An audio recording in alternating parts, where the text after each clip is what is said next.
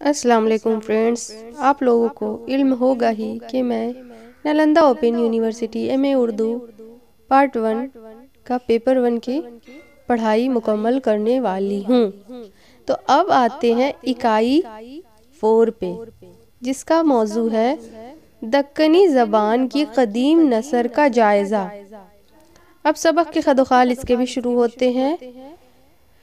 تو 4 مقصد، 4.1 موضوع کا تعارف، 4.2 دکنی نثر کی ابتدا، 4.3 حضرت سید محمد حسینی، 4.4 سید محمد اکبر حسینی، 4.5 شاہ برہان جی شمس الاشراق، 4.6 میر جی خدا نما، 4.7 مولانا عبداللہ، 4.8 وجہی، 4.9 برہان یعقوب، 4.10 خلاصہ کلام، اس کے بعد جو ہے 4.11 ہے سوالات برائے مشق، 4.12 میں ہے کتب برائے مطالعہ، یعنی مزید مطالعہ کے لیے جو کتاب ہوتی ہے۔ تو اب شروع کرتے ہیں مقصد سے۔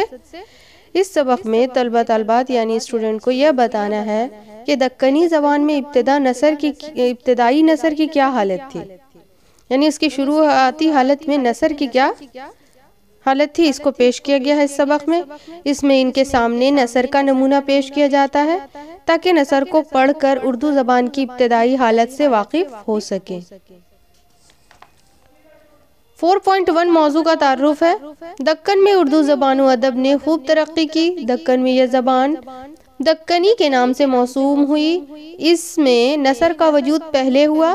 دکنی زبان میں جو قدیم نثر کا نمونہ موجود ہو، اس سے طلبہ طالبات کو واقف کرایا جائے گا تاکہ وہ اردو کی ابتدائی حالت سے واقف ہو کر اس زبان کی ارتقائی مراحل کا جائزہ لے سکیں۔ اس اعتبار سے یہ موضوع نہایت ہی اہم ہے۔ تو اب شروعات کی جا رہی ہے۔ اس سے قبل تو موضوع کا تعارف تھا اور مقصد تھا، اب دکنی نثر کی ابتدا شروع ہوتی ہے 4.2 سے، ٹھیک ہے۔ دکنی اردو زبان کے قدیم ترین نثری نمونے و دستیاب ہوئے ہیں۔ ان سے پتہ چلتا ہے کہ نثر اردو کی تاریخ 8ویں صدی ہجری سے شروع ہوئی ہے۔ کب سے شروع ہوئی ہے؟ 8ویں صدی ہجری سے نثر کی شروعات ہوئی ہے۔ یہ نمونے چھوٹے چھوٹے رسالوں کی صورت میں ہیں، جن میں دکن اور گجرات کے فقراء اور اہل دل کے اقوال و مثال قلم بند کیے گئے ہیں۔ یہ رسالے فارسی اور عربی کتابوں کے ترجمے ہیں، زیادہ تر مذہبی رنگ میں ہیں، مثلا شیخ عین الدین گنج العلم متوفی، یہ دیکھیے دائرہ بنا ہوا ہے، اس کو میں نے جب پڑھا تھا تو اس میں دائرہ بنایا تھا یاد کرنے کے لیے۔ 795 ہجری کی تصانیف اور مراج العاشقین مصنف حضرت خواجہ بندہ نواز گیسو دراز قابل ذکر ہیں، اگرچہ اس کتاب کی کوئی ادبی حیثیت نہیں ہے۔ پھر اس زمانہ کے زبان کا حال بخوبی اس سے معلوم ہوتا ہے۔ آپ کے نواسے سید محمد عبداللہ حسینی نے حضرت غوث العظم شیخ عبدالقادر جیلانی کے رسالہ نشاط العشق کو دکنی میں ترجمہ کیا ہے۔ دکنی میں کس نے ترجمہ کیا ہے؟ کس نے کیا ہے؟ عبدالقادر جیلانی رحمۃ اللہ علیہ کے رسالہ نشاط العشق کو دکنی میں ترجمہ کس نے کیا؟ غوث العظم نے کیا ہے، ٹھیک ہے۔ اسی طرح شاہ میراج شمس الاشراق بیجا پوری نے شرح مرغوب القلوب لکھی اور ان کے فرزند شاہ برہان الدین جانم متوفی 990 نے متعدد کتابیں لکھی، جن میں سے 2 کے نام جلترنگ اور گلباسن ہیں۔ کس طرح کے نام اس ٹائم لکھے جاتے تھے، نثر کے مطلب نام ہوتے تھے، ٹاپک اس کا کیا رکھا جاتا تھا، دیکھیے۔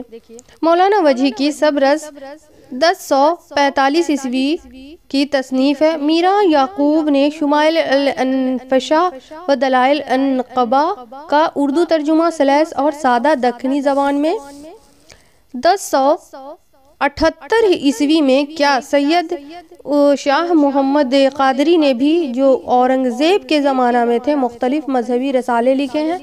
11ویں صدی میں سید شاہ میر نے ایک مذہبی کتاب زبان دکنی میں اسرار التوحید کے نام سے لکھی۔ کس نام سے لکھی؟ کس نے لکھی؟ سید شاہ نے لکھی۔ محمد قادری، سید شاہ محمد قادری نے لکھا ہے اس زبان کو اسرار التوحید کے نام سے لکھی دکن کے نثر نگاری کی حالت اور ان کے نثری نمونے مطالعہ کے لیے پیش کیے جاتے ہیں۔ اب آتے ہیں 4.3 میں حضرت سید محمد حسینی کے بارے میں یہاں پر لکھا گیا ہے۔ حضرت سید محمد حسینی جو عام طور سے خواجہ بندہ نواز گیسو دراز کے نام سے مشہور ہے، یعنی خواجہ بندہ نواز گیسو دراز کا جو نام اصل نام تھا وہ سید محمد حسینی تھا، ان کے نام سے مشہور ہے۔ 815 ہجری میں سلطان فیروز شاہ بہمنی کے عہد میں وہ گلبرگہ آئے اور 825 ہجری میں یہی انتقال فرمایا۔ کب وہ اب گلبرگہ آئے تھے، یہاں پر آپ لوگ بھی پوائنٹ آؤٹ کر لیجئے گا، کیونکہ یہ ایگزام میں اس طرح کا ضروری ہے سوال کا جواب دینا۔ ویسے تو کوئی آبجیکٹیو کوشچن نہیں آتا ہے، لیکن سبجیکٹیو میں بھی یہی سب مین پوائنٹ ہوتا ہے۔ میں یہی انتقال فرمایا۔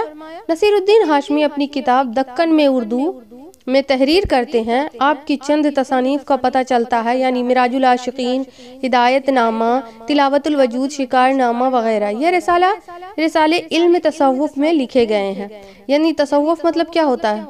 صوفی کا ہی جمع تصوف ہے، یعنی بہت ہی پاک، بہت ہی اچھے طریقے سے جو لکھا ہوا نثر ہوتا ہے نا، اس کو تصوف، جس بھی زبان میں لکھا گیا بہت ہی پاکیزہ زبان میں، تو اس لیے تصوف کہا گیا۔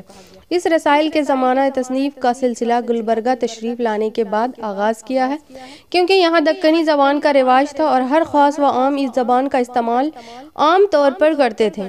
اس لحاظ سے یہ 815 ہجری اور 825 ہجری کے درمیانی زمانہ کی تصانیف قرار دی جا سکتی ہے۔ عبارت کا نمونہ حسب ذیل ہے۔ نبی کہہ تحقیق، دیکھیں اس زبان میں لکھی گئی ہے۔ نبی کہہ تحقیق خدا کے درمیان 73,000 پردے اجیالے کے ہور اندھیار کے، اگر اس میں تے ایک پردہ اڑ جاوے تو اس کی آنچ تے میں جلوں، ہور ایک وقت ایسا ہوتا ہے۔ اور دیکھو بے پردہ اندھیارے کے اجیالے کے عارفان پر ہے، او سلان پر پردے نورانی دے و اسلانی کا صفا پردہ ہوتا ہے۔ محمد کا نورائے اے عزیزان اول، ربوبیت کا پردہ سوائے تن جمالی، جسم کے پردے کو ان پڑے با جس جمالی الوحد کے پردے ممکن الوجود کو ان پڑھ سکے۔ مراج العاشقین نے اس کو لکھا ہے۔ مراج العاشقین کا ہی اس کا مطلب یہ ہے، اس کا تھوڑا سا یہ بنا ہوا، لیکن پروفیسر وہاب اشرفی نے تاریخ ادب اردو میں اس سے اتفاق نہیں کیا ہے۔ وہ تحریر کرتے ہیں۔ اب مراج العاشقین کی طرف واپس آئیں تو چند ضروری نکات واضح ہو جائیں گے۔